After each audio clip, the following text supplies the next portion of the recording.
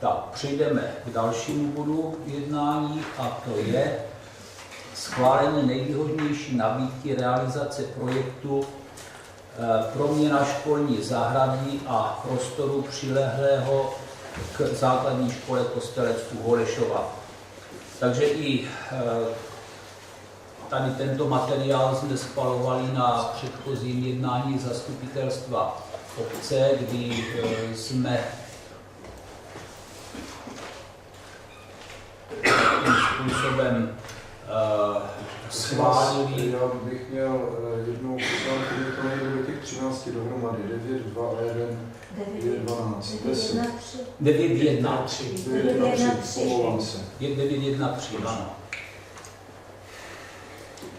No, máme tady pana ředitele a pana zástupce školy, tak já si myslím, tak řeknu to tak, jako škola má zájem o revitalizaci zahrady kolem své budovy, má možnost získání dotace, ale svým způsobem musí to zastřešovat obec, jestli to takto řeknu správně. A jinak bych jim dal prostor panu řediteli nebo zástupci, aby vás seznámili s průběhem, nebudu to říkat já. Takže si teda můžu já tomu to administruji ten projekt. Někdy v lednu jsme podávali žádost na Ministerstvo pro místní rozvoj na poskytnutí dotace z dotačního titulu Nový venková 2. Dali jsme žádost, naše žádost prošla, byla schválena, ale byla mezi náhradníky, protože jsme se dostali do té první fáze. Načež v červenci, koncem července jsme dostali dopis z ministerstva, nebo maila z ministerstva, že získali nějaké finanční prostředky a že i ty náhradníky zařadili do toho schváleného, takže jsme se tam tímto dostali.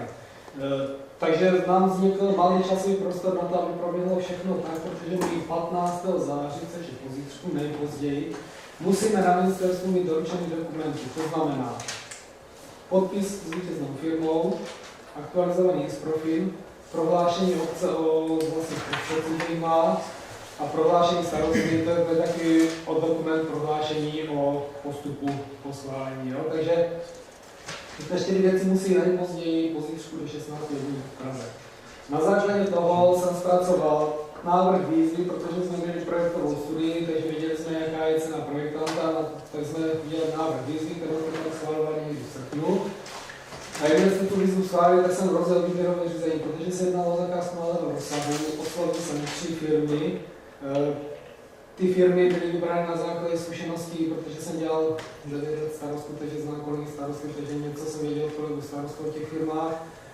Něco mě prošel projektant, které firmy ty projekty realizovaly, prostě je to dobré, takže tyto 3 firmy jsme vybrali, oslovili. V průběhu výběrového řízení se ohlásily další 2 firmy, které si vyhledaly, že prostě tato výzva byla udělaná a že vlastně máme zájem o soutěž. Termín byl stanovený do 25. srpna, podání nabídek, jak tam vidíte, 23. srpna přišla 1, 24. 25. přišla 3. nabídka. A ty 2 firmy další, které obdržely taky tu výzvu na základě jejich žádosti, tak ty 2 firmy mailem, což tam pan starosta taky má napsané, posílal jsem to, mailem odstoupili, no prostě odstoupili.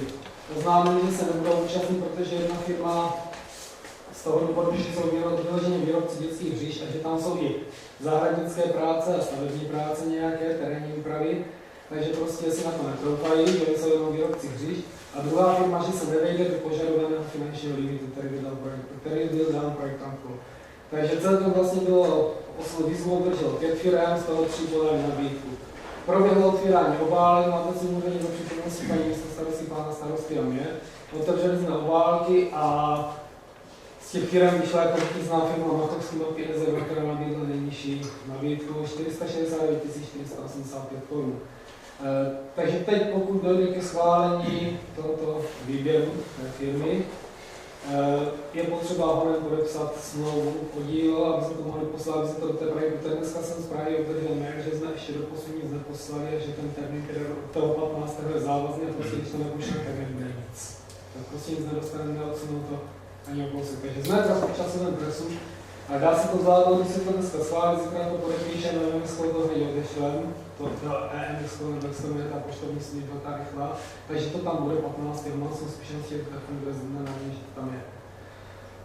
Nevím, co bych byla zajímavé, jedná se kompletně vlastně, to už tady možná Zdeněk několikrát říkal, o revitalizaci školních zahrad, z jedné části budou herní prvky pro děcka, bude tam nadstřešení, takové pergolíček v přírodě a bude tam i část, kde prostě děcka budou dál vykonávat pěstitelské práce, kde tam budou nějaké ohraničené dřevěné záhony a pracovní stůl na přípravu přísady hraní a všechno. Takže prostě aby jsme naplnili tu výuku těch pozemků a plus před školou tam bude nějaké lavičky a bude tam nějaká vrbova prostě jakoby zástěna taková, kde by se tak dalo se dávat. Takže to je k tomu všechno, já nevím, že mám to žádný. Jestli máte dotazy, můžete se zeptat. Jestli já můžu jenom doplnit, tak teda je nám samozřejmě líto, že vás jakoby zastupitelstvo takovýmto způsobem s tím tlačíme do kouta, abyste nám to rychle schválili, ale i vzhledem k tomu, co Petr říkal, prostě nemáme jinou možnost. Tam ty termíny jsou jasně daný a děkuji za to, že jste nám vyšli vstříc a zařadili to na jednání, protože bez toho by škola prostě na ty peníze nedosáhla. Tak, chcete k tomuto bodu něco? No, já mám stejný problém jako v případě toho úvěru. Já jednoznačně jsem pro realizaci toho projektu s tím garantovým přispěním Ministerstva pro místní rozvoj, to není vůbec žádná, to jsme ostatně minule tady všichni odsouhlasili naprosto jednoznačně. Jo, ale ta procesní záležitost toho výběrového řízení, zase jsou tam chyby, zase je to tam špatně. Prostě my jsme tady schválili výzvu, což pan Lipiner jednoznačně řekl, a zase znova se podíváme na naši směrnici. Tady to spadá do kategorie římská 2, to znamená do 200 do 5 tisíc, a tam se píše, zakázka může být realizována na základě výzvy, předložení cenové nabídky a tak dále. A zase prostě je tam to slovíčko výzva kouzelné, čímž pádem se musíme věnovat článku 6, že je v rámci zadávání veřejné zakázky malé rozsahu zpracovávána výzva, tak to musí být zveřejněno na úřední desce a webových stránkách. Dovolím si tady zase znova, jak se předtím řekl, ptal jsem se pana Hlobila, jestli prostě ta výzva na ty 3 zakázky, vaše bylo usnesení 7/15/2016, dostal jsem informaci, že na obcí zveřejněna nebyla.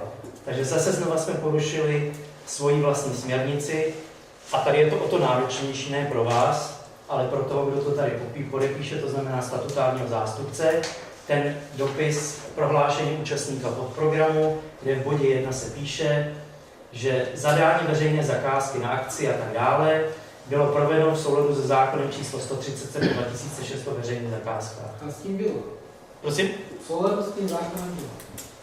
No. Je to zakázka malého rozsahu. Jasně. Toto když máte ve vyhlášce, která je podřazena zákonu. Ale zákon jsme neporušili jako takový. Starosta podepisuje zákon a ten jsme neporušili, protože tam se píše u zakázek malého rozsahu, že se jedná o transparentní. Což tím, že vlastně 2 firmy si požádali další, které jsme neoslovovali, znamená, že se k tomu nepoužili, takže transparentní to bylo. Já se omlouvám, jakmile je to mimo režim zákona, to znamená do těch 2, respektive 6 milionů, tak je to mimo režim zákona podle 137. A pokud obec má směrnici, pokud nemá směrnici, tak si to může udělat, jak chce.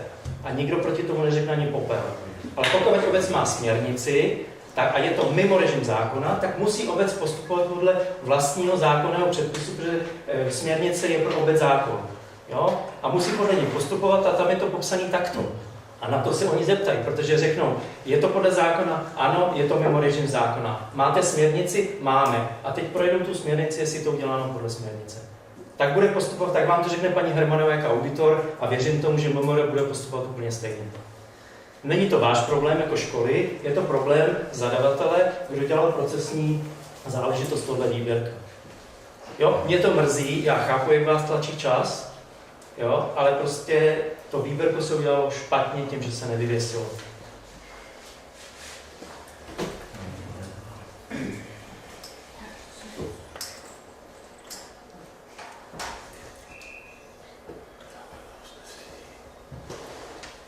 No, jak z toho ven teda? Nebudou peníze, nebude dotace? No, Máte teoreticky dva možné scénáře. Teď to odmávneme, auditorka nás klepne přes prsty a MMR se na to podívá a my vrátíme dotaci. Nebo část dotace, nevím, jaký jsou ty pravidla, nestihnu jsem to nastudovat. To je varianta jedna. Varianta druhá, že prostě se výběrku udělá znova, čímž pádem prošvihneme možnost dotací a jsme zhruba na stejném bodě. To první bude s ostudou a s pokutou, to druhý prostě bude sice bez ostudy, uděláme to přesně podle zákona, ale nebudeme zase mít dotace. Tak by to mělo prostě asi de jure dle mého názoru proběhnout. Ale nejsem pánbu, ale prostě mé zkušenosti jsou takové. Já se zeptám, proč to ministerstvo na místě by to napadlo? Jednoduše, protože každou dotaci ministerstvo pro místní rozvoj prověřuje. Někdo tam asi pošle něco, ne? Ještě jednou, poslouchejte mě. Každou dotaci. Prosím vás. Vy jste člověk, vy jste tady máte nasazený. Vy tady všechno zatím hazujete ze stolu. A aby se nic tady nebylo. Já všude víte nějaký problém. Všude. Proč problém? Proč? No, protože prostě děláme věci v nesouladu se zákonem. To je oznamovací věta. Ale teď tady zaznělo, že v souladu se zákonem to bylo uděláno. S nadřízeným nebo předpisem. Takže zákon jako takový jsme neporušili. Směrnice obce je zákon. Stejně jako obecný zákon vyhlášení. To je prostě na úrovni obce je to zákon, má to hodnotu zákona. Prostě to tak je. Nemáte pravdu. Směrnice je směrnice a zákon. Zákon je zákon, přesně tak. Pane Žurek, moc si hrajete. Paní místostarostka má pravdu. Počkáme si na auditorku. A jenom k té vaší otázce, MMR dotace všechny prověřuje. Zdali především proces výběrového řízení proběhl v souladu se zákonem. To tak prostě je. V souladu se zákonem to proběhne. To proběhlo. A nebo proběhne. Já vám nechci brát vaše právní iluze, ale není to tak. Je. Na to ministerstvu mají naši směrnici. Oni si ji vyžádají samozřejmě. No tak to je první, co udělají. No. Tak se zeptejte pana Hlobila, když prostě přijde kontrola, první, co si vyžádá dokumenty všechny, které se toho týkají. Kontrola určitě. Kontrola, která přijde, si vyžádá všechno. No a i kontrola z ministerstva pro místní rozvoj, to bude kontrola, že jo? Prostě. Já bych tady jenom doplnil a řekl, že tento zákon platí od 1. října 2016, je nový zákon o veřejných zakázkách, tady těchto věcech a i tady tato směrnice bude muset doznat změn a všichni, kteří podle této směrnice pracovali, jak jsme řešili třeba skupina tady na této budově a podobně, tak si kladli otázku, proč takový nesmyslný formulace tam v té vyhlášce máme. Já vím, jak se tvořila, jakým způsobem procesní probíhala, je to tam, dobře, ale pro příště bych byl rád, aby to tam nebylo, protože to všechno komplikuje jenom život. Nic jiného.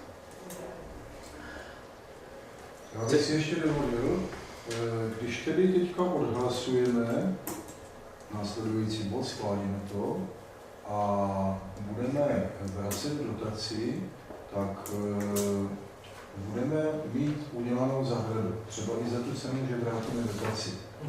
Jestliže to není tak, jak říká pan Žurek, a nic nebudeme vracet, tak budeme mít tu dotaci celou. Pokud to teďka uděláme tak, že to zhodíme ze stolu, tak nebudeme mít nic. Takže my se teďka rozhodneme, co z toho, jaké riziko chceme nést. Jo, to je pragmatický postup. Tak se rozhodneme. Takže přečtěte návrh na usnesení. Zastupitelstvo obce Kostelec u Holešova schvaluje nejvýhodnější nabídku pro realizaci projektu proměna školní zahrady a prostoru přilehajícího k základní škole Kostelec u Holešova od firmy Machovský Matě SRO boční 551 78372 Velký Týnec. Pověřuje starostu obce jednání s vítězným uchazečem a podpisem smlouvy. Kdo souhlasíte s tímto návrhem, zvedněte ruku. 11. Zdržel se někdo hlasování? Jeden. Je někdo proti? Jeden. Tak, děkuji.